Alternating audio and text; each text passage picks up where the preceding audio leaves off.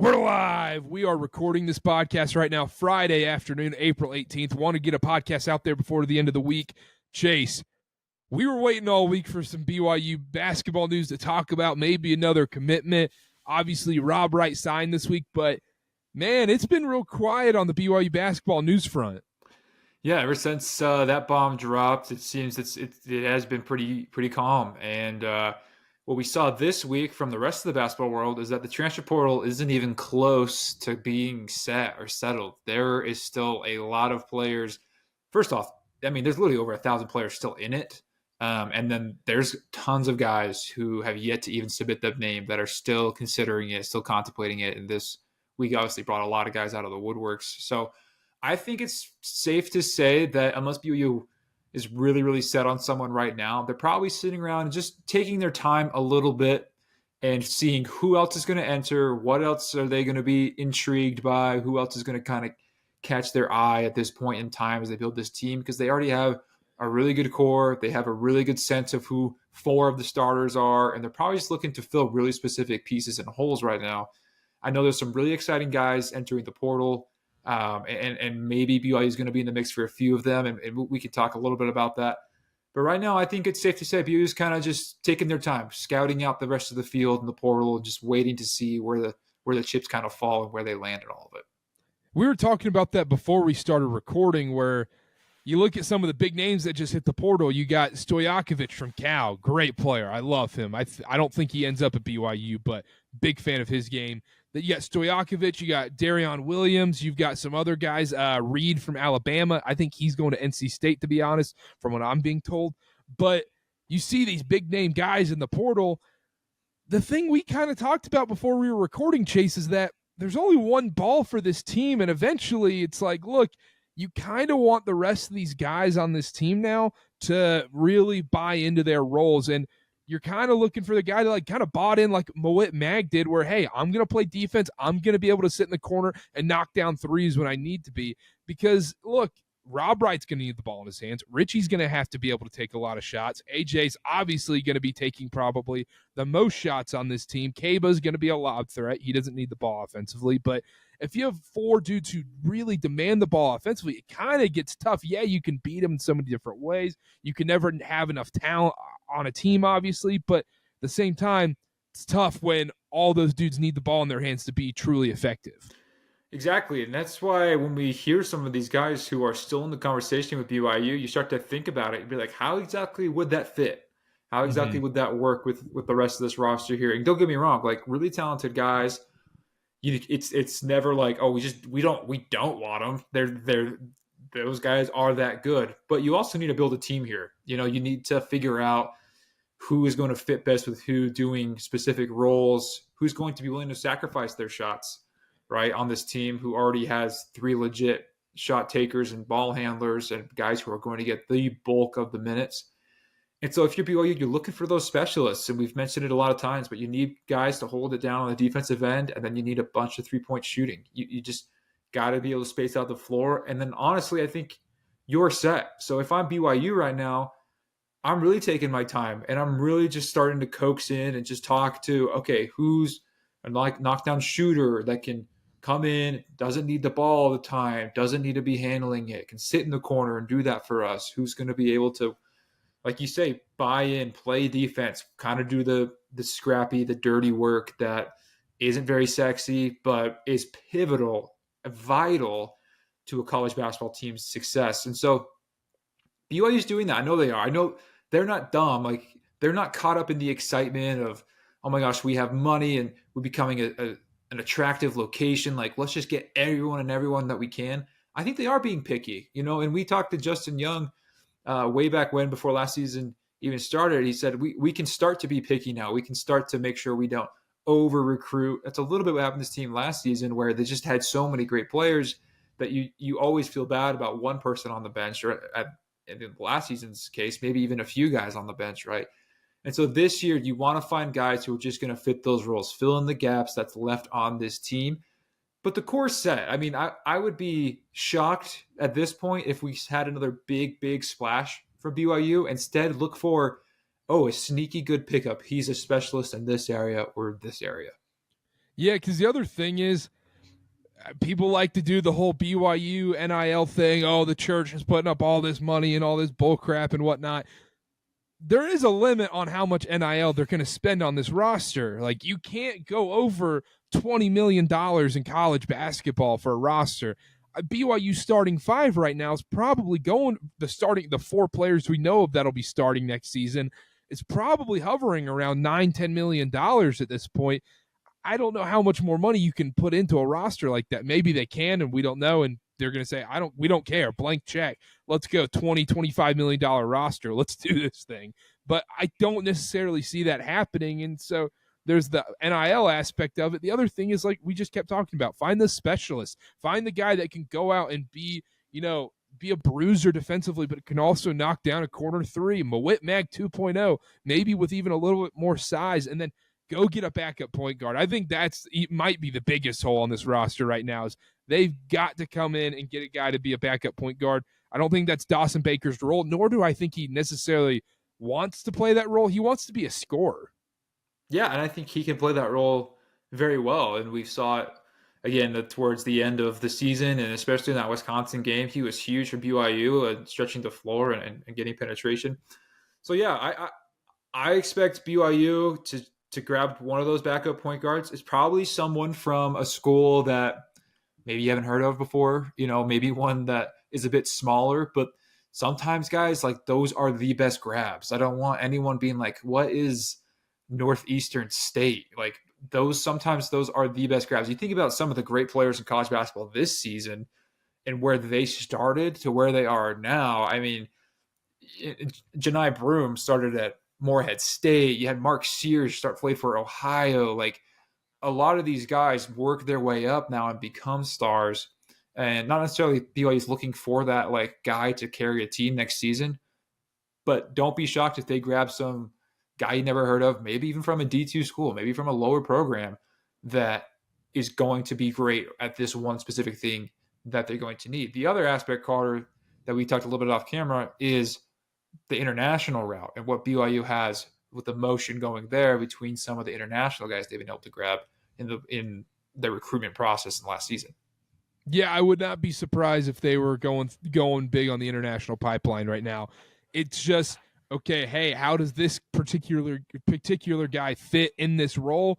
Because look, right now they're trying to find someone that can be a 3-and-D, 3-4-ish, and then also a backup point guard. And I think that's about it, to be honest. Maybe an emergency big that would honestly end up redshirting, because I just don't think a third big would be able to play that much. I don't think there's enough minutes for them. That's about it. I think that's all they really need on this roster right now. Yeah, I agree. I think, and it's like, it's funny we're even still talking about like, oh, they might need this, because the roster's already incredible. And they're gracing every way too early preseason poll, which of course does not matter, but it shows what everyone thinks about the talent BYU's accumulated, and they have accumulated an egregious amount of talent, and they're just still not done. And the other thing that doesn't matter is also the transfer portal rankings. You'll go on these websites and you'll go, oh, this team, they've got the number 1 transfer portal class coming in. It doesn't matter, because you look at last year, I think Kansas had by far and away the number 1 transfer portal class, and Zeke Maya was probably their only decent transfer. AJ Storr was one of the top transfers in the country, was an absolute dud. Rylan Griffin was an absolute dud there. Then you look at, okay, Tennessee gets a guy from North Florida and Chaz Lanier. Boom, he's awesome last year. Probably their best player on that team. And the year before that, you talk about Dalton Connect coming from Northern Colorado. Like, that doesn't matter. Like, these portal rankings, you can get so caught up in them in the offseason, and then eventually you're like, wait, this D2 guy from Northwest Missouri State, East Side or something, and is all of a sudden averaging 15 a game for this P5 program. Yeah, it's the nature of basketball. It's kind of like you're just mining. There's a lot of diamonds in the rough out there, and you're also building a team. Like, I think, not to harbor too much on Kansas, but what they did is like, oh, he's great, get him. He's great, get him. Let's make big splashes, big splashes, big splashes. They tied themselves to too many guys, probably spent more money than they wanted to, and look where that got them this season. Whereas people are starting to realize, especially with the teams that were great this season, and Obviously, Duke had a lot of talent, but look at the rest of the Final Four teams and the one seeds. They were built like teams. Think of Houston and Florida. They had scores, but then they had guys who did these other roles and were willing to sacrifice, play tough defense, right? And they were led by great dudes, but they built a team. You have to build a team to be successful. So transfer portal rankings, preseason rankings, all that good stuff. That's cool. That's really cool for June, July, and August.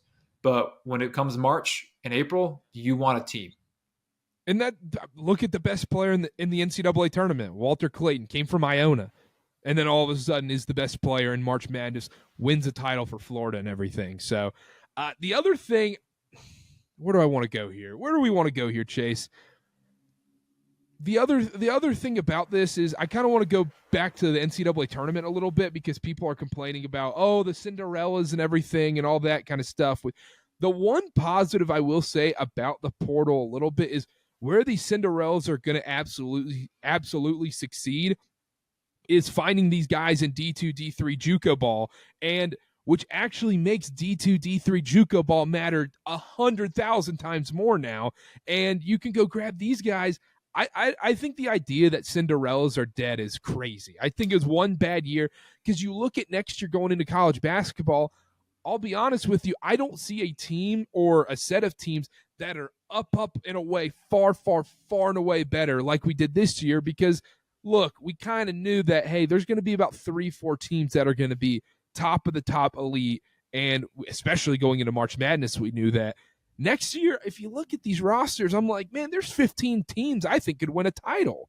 Yeah, absolutely. That's a great point about these lower programs, because I think a few years ago, I'd say like 10, maybe even like 7, 8 years ago, going D2 was kind of like, what are you doing? Like, okay, just go get your accounting degree. Yep, you love the game so much, but like, look at the time, effort you're going to be putting into this. There's no future in it.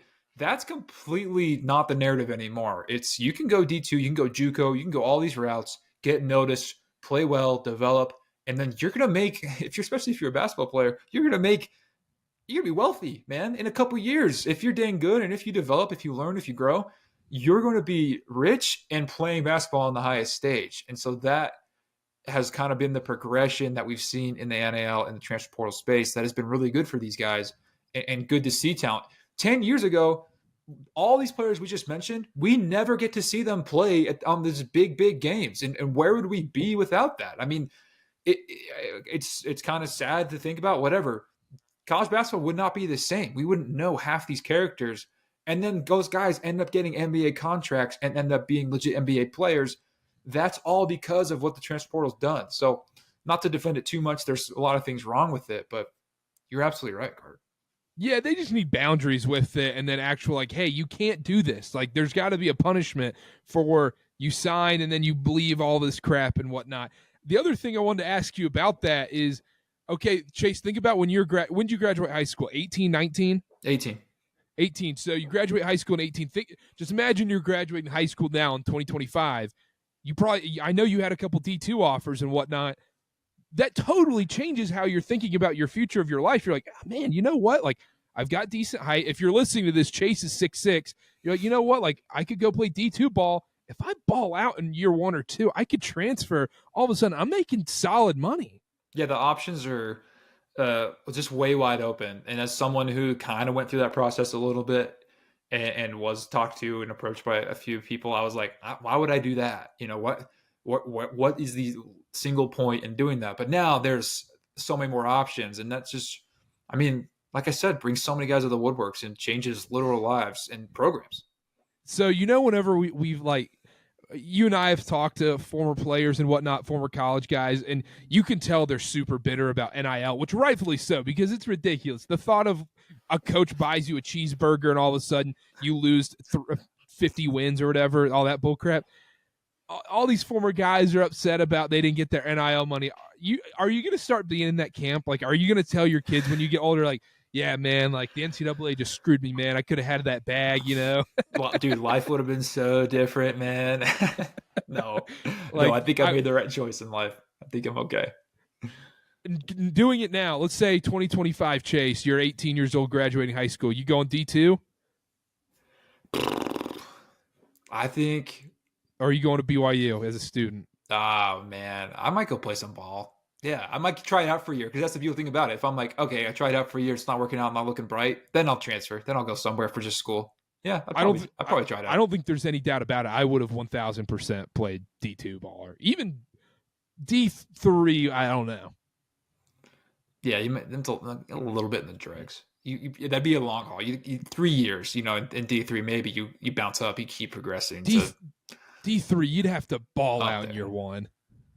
Yeah, you'd have to get noticed by a D2 school, and then ball out D2, and then you get noticed by a D1 school, and then you get noticed by a P5 school, and then it's all of a sudden now you. Yeah. But looking at some of these guys in the portal, let's say BYU does come in and drop $4 or $5 million, or just drop $4 or $5 million is a gross evaluation. But let's say they drop a few $1,000,000 on a guy, and they say, you know what, we want to have the most expensive, best starting five in college basketball. They very well could. Let's say they go and get Darrion Williams because there's been a little momentum there, a little something happening there. Say Darrion Williams comes in. Does BYU become a preseason number one at that point? If Darrion Williams signs with BYU, yes. I don't know who else you could put at this point. Maybe if Duke ended up getting a few more guys in the portal that put them over the edge, but that'd be the best roster in college basketball, easy. Right? I think BYU might be in a better spot than Duke at this moment, to be honest, with their roster going into next season. I think people are going to put Houston, Purdue, Texas Tech at 1, 2, and 3 in some order. Yeah, I think Tech. I think they maybe are holding on to the Williams decision and stuff like that. Although they're still going to be awesome, regardless of what he decides. Big time pieces in the portal too. They're going to be big. Think about the top of the Big 12. Kansas is going to be picked 4th. And let me tell you now, this isn't BYU. Watch out for Kansas next season, man. Bill Self has a clean slate. He gets to do his all recruiting all over again. They're going to be a little bit of underdog. It's going to be massive. Who knows what Baylor's going to do? Obviously, their entire roster is gone. So we'll see. But yeah, the Big 12 at the top is not only going to have great teams, it's going to have legit stars. It's going to have dudes that you're like, I kind of have to tune in and watch this game right now because so-and-so is playing. It's Big 12 basketball. It's going to be crazy. Yeah, I don't think the SEC is going to be as dominant next season, to be honest. I think there's a lot of good teams, don't get me wrong. I think Kentucky is going to be a problem. I think Mark Pope's putting together a squad over there. I think the ACC is going to be a lot better. The Big 12, I think the top of the Big 12, though, is going to be the best in college basketball. Even if no one else is great, Texas Tech, Houston, BYU is an insane top 3 to go heading into next season. You've got Kansas. What happens with Arizona? Can they put together a roster? They got a lot of work to do on their end, to be honest. Yeah, incredible class coming in, though. Iowa State. Look, Baylor, yeah. Baylor turned into the Arkansas John Calipari meme. There is no team. And literally, there is no team for Scott Drew, so he's got to go get some players. And, yeah, Utah, they'll be there. Yeah. They'll be somewhere. They'll be playing in the Big 12 tournament. Yeah, they will. Little Tuesday hoops. Yeah, little Tuesday hoops. I don't know. Maybe Alex Jensen's a good coach. Who knows? But I do think the Big 12 is going to be very top heavy, and I'm curious to see how the bottom 7 teams shake out because I think that could get a little dicey where the top of the top's so great and you're playing Q1A games and stuff like that, but then you see what's happened in these lower conferences, and all of a sudden you're like, wait, we're playing Colorado at home. This is a quad 4 game somehow because they've been a disaster this season. Well, they might benefit kind of. It depends how they perform in non-con, but they might benefit from oh my gosh, Colorado, for example, TCU, Arizona State, who kept Hurley. It's oh my gosh, they're just playing quad 1 after quad 1, so we can't ding them too much. They're not getting bounced in net like crazy. Kind of what the SEC did, where some of these lower teams, they still have an insane resume because all they had was quad 1 chances, and as soon as you win one, like a big one, it happens. And that's conference play. That's why the Big 12 is going to work. It's going to be primetime hoops. I can't wait.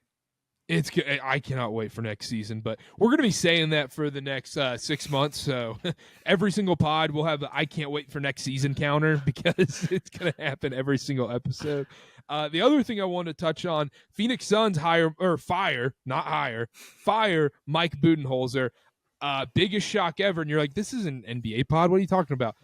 Kevin Young was mentioned, I believe, in a CBS article, and then I was also told that the Suns would want Kevin Young and whatnot. I don't think there's anything there, to be honest. I don't think there's anything to be worried about for BYU fans.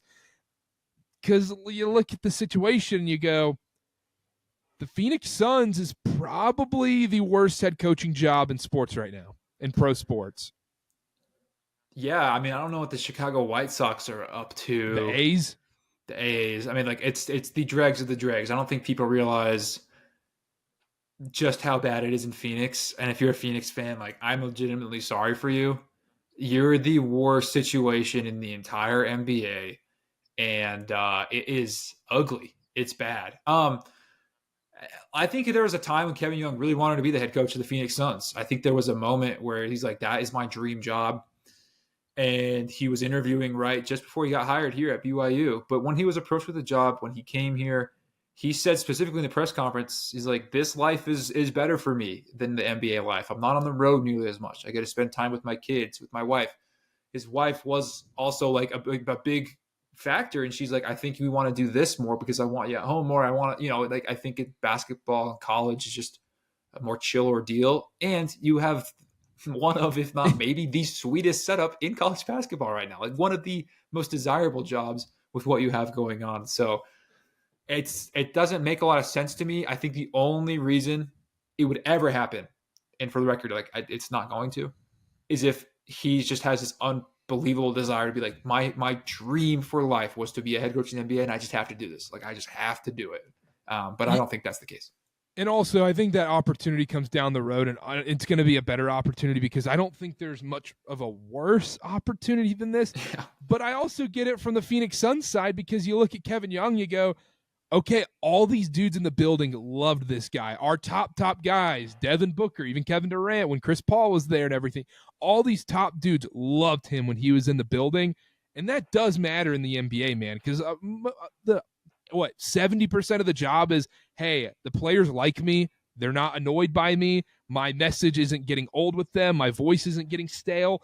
And Kevin Young would have that with the Phoenix Suns. The issue is the Suns are so strapped right now, and they're trapped. They have nowhere to go. They have no first-round picks until you and I start having grandkids, and they have no cash. And the other thing is, if you're going to become the head coach of the Phoenix Suns, well, hey, start planning your Cancun vacation next April because you're getting fired, and you have the best job in sports where you're a fired coach of a sports team because they're going to have to buy out your contract. So maybe if you don't want to be a coach long-term, then maybe you do want to be the Phoenix Suns head coach. I mean, Budenholzer's getting paid by the Bucks and the Suns as we speak for the next few years. Isn't that awesome? That's the dream. He's literally living the life. He is. He's got it. Sitting in Maui being like, I don't have to deal with that crap. Like, I'm chilling. And then he's going to be like, hey, I really like the Wizards job. He's going to avoid the rest of his contracts. Yeah, I mean, look, it's not all about money, obviously. There is a pull and a love for doing that, and maybe that was his lifelong dream. And so, but like, to your point, if that really is his dream, like, you could probably wait a few years. Like, I think you can chill out a little bit because what Phoenix has going on is rough, and you never know what might open up in the future. Denver Nuggets, all of a sudden fire their head coach a week before the playoffs, and it's just the NBA is a wild, wild west right now as far as that position goes. So if he was to leave, again, for the record, don't think it's happening. There's a lot of other places he's going to go. Yeah, and also, let's say Kevin Young did leave BYU. That roster is they might not even make the Big 12 tournament. Everybody's leaving. It would become Baylor where there is no team all of a sudden. That would be the worst thing to happen in BYU athletics history, I think, at this point. Yes. Oh, without question. That would be basically the death penalty for the basketball program. Yeah, it would be crazy. You'd save a lot of money at that point, but yeah, that might be the worst thing ever. The other thing I wanted to mention about this too is it's like, okay, even if you do get a really good opportunity to coach in the NBA, I really think being a college coach at a program where they're backing you financially with NIL money is probably the best job in basketball at this point if you want to be remembered and you want to have a legacy. Because, Chase, I mean, think about it. Mike Malone's going to become a trivia question in the next 5 to 6 years. And all of a sudden people are going to be like, oh, who is that Nuggets coach that won with them? What's his name? Yeah, Mike Malone's going to become a trivia question. Meanwhile, everybody knows the top dogs in NCAA basketball. Everybody knows John Shire. Everybody knows Dan Hurley. Everybody knows these top guys, and they get remembered. And they're also, you have the job security forever, especially at a place like BYU. If you are moderately successful at BYU, you're never getting fired. You're going to be fine unless you absolutely screw up in some major way or their hand is absolutely forced that you're out of there. You're good, and you're going to make great money there. You have a great work-life balance, and on top of that, you're going to win a lot of basketball games. You're going to be part of some of the biggest games that the sport has to offer. So yeah, like we obviously don't know where Kevin Young's mind is at, and if that really is the case, if there was any momentum of that, I think we would be catching wind. I think not just you and I specifically, Carter, but I think a lot of people would be catching wind of it. So I think I can confidently say that's not happening. Kevin Young's staying a coup. So don't worry, everyone. Next season is going to be as special as you think. But with like, you think about the difference between college and NBA coaching, though. If you want a statue, there's no NBA head coach is getting a statue. Like Phil Jackson gets a statue someday.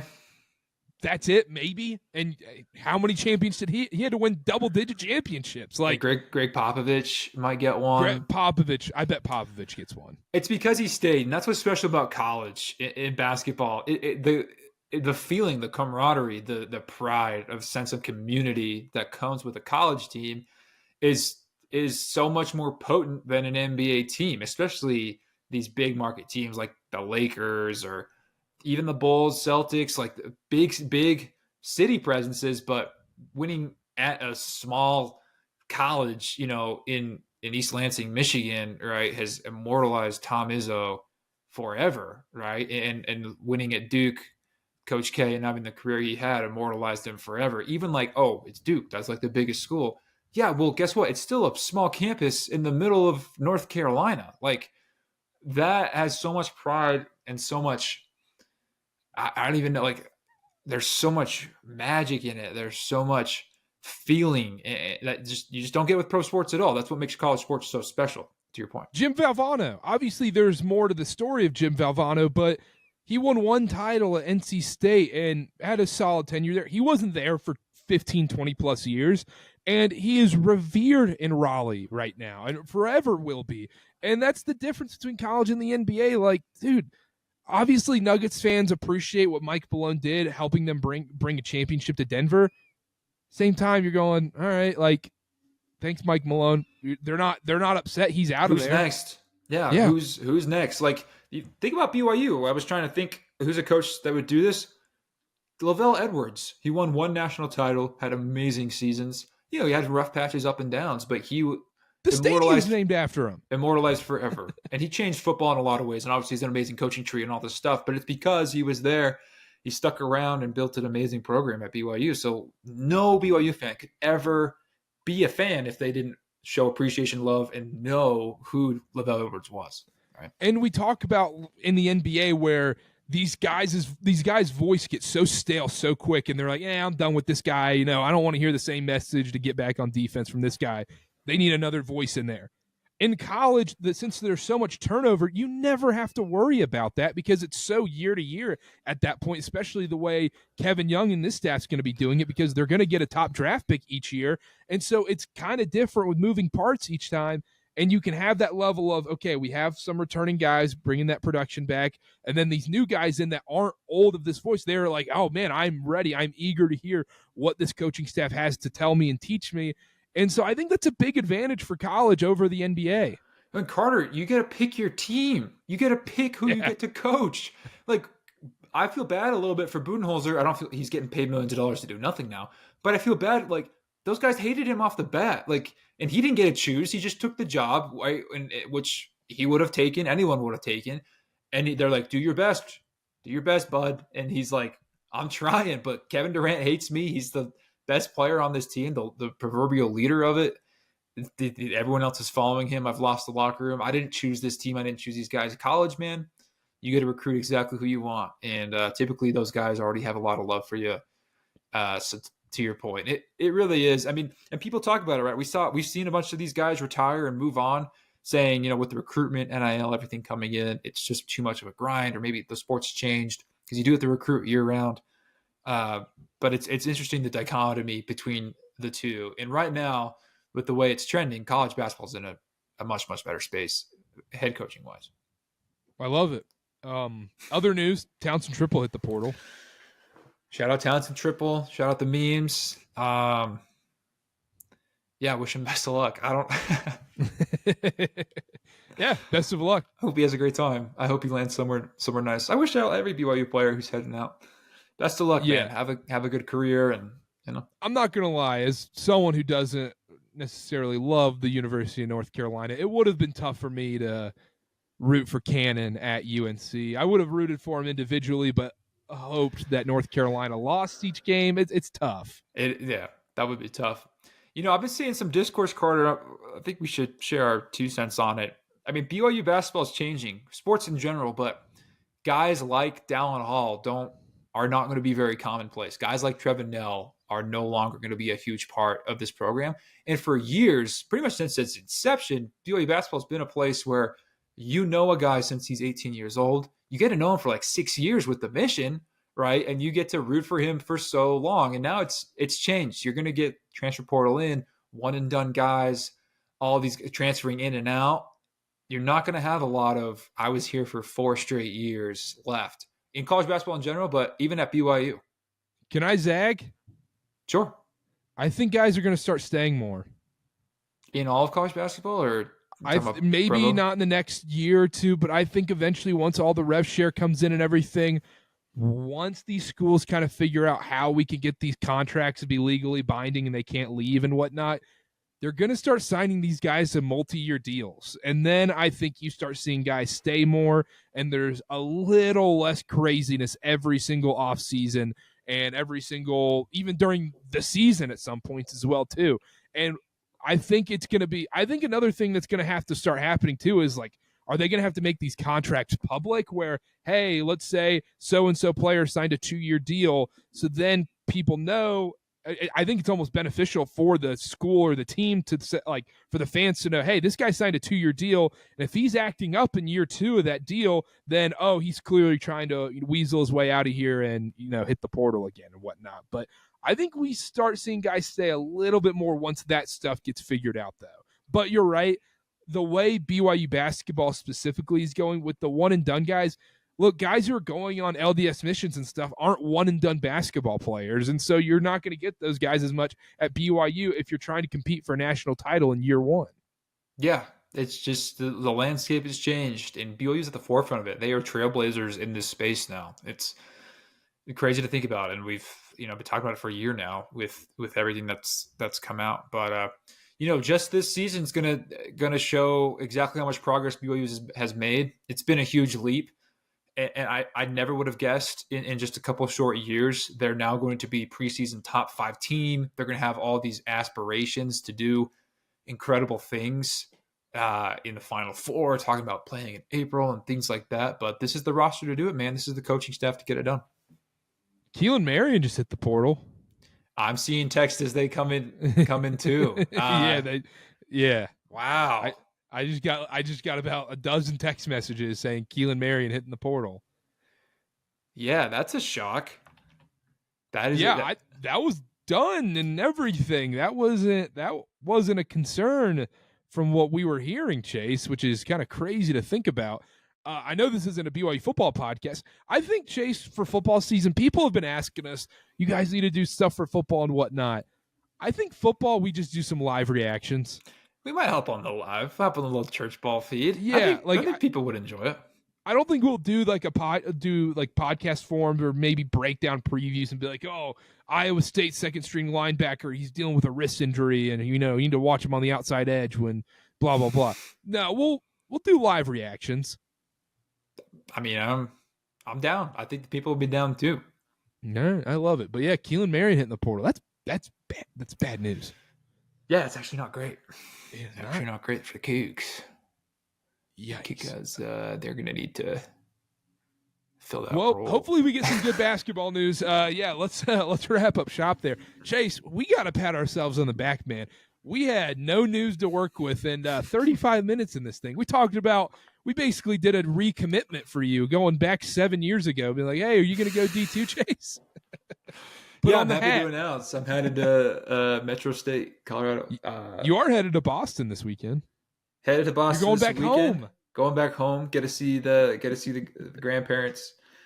And get to go watch some Celtics hoops there in the Garden. That's sick. It'll be pretty special. Catch a game at Fenway. Should be a fun weekend. So, if there's any big time news next week, Chase, I think you're out all next week, correct? Till Thursday. Yeah. So let's pray it stays chill till then. Yeah, hopefully we get the news announced like Wednesday night, early Thursday, because we're going to be planning on recording next Thursday. So hopefully we don't get some. If there's like big news, I'll hop on solo. We'll do a quick little YouTube thing. But otherwise, Chase will be in Boston. So shout out the Celtics, NBA playoff stuff. If you want to check out NBA playoff stuff, go over to CarterCast. Chase hopped on with our buddy Connor, had a great NBA playoffs preview. We'll be doing live reactions on there as well. So go check out CarterCast stuff, and you'll see it on all our personal pages and everything. And make sure to follow at Chase_Rogers0, at CarterBA, and at ChurchBallPod on everything. Go follow CarterCast as well while you're at it. And check out all the other Field of 68 content, doing a lot of great stuff over there as well. And we will see you guys next week. Hopefully we get some real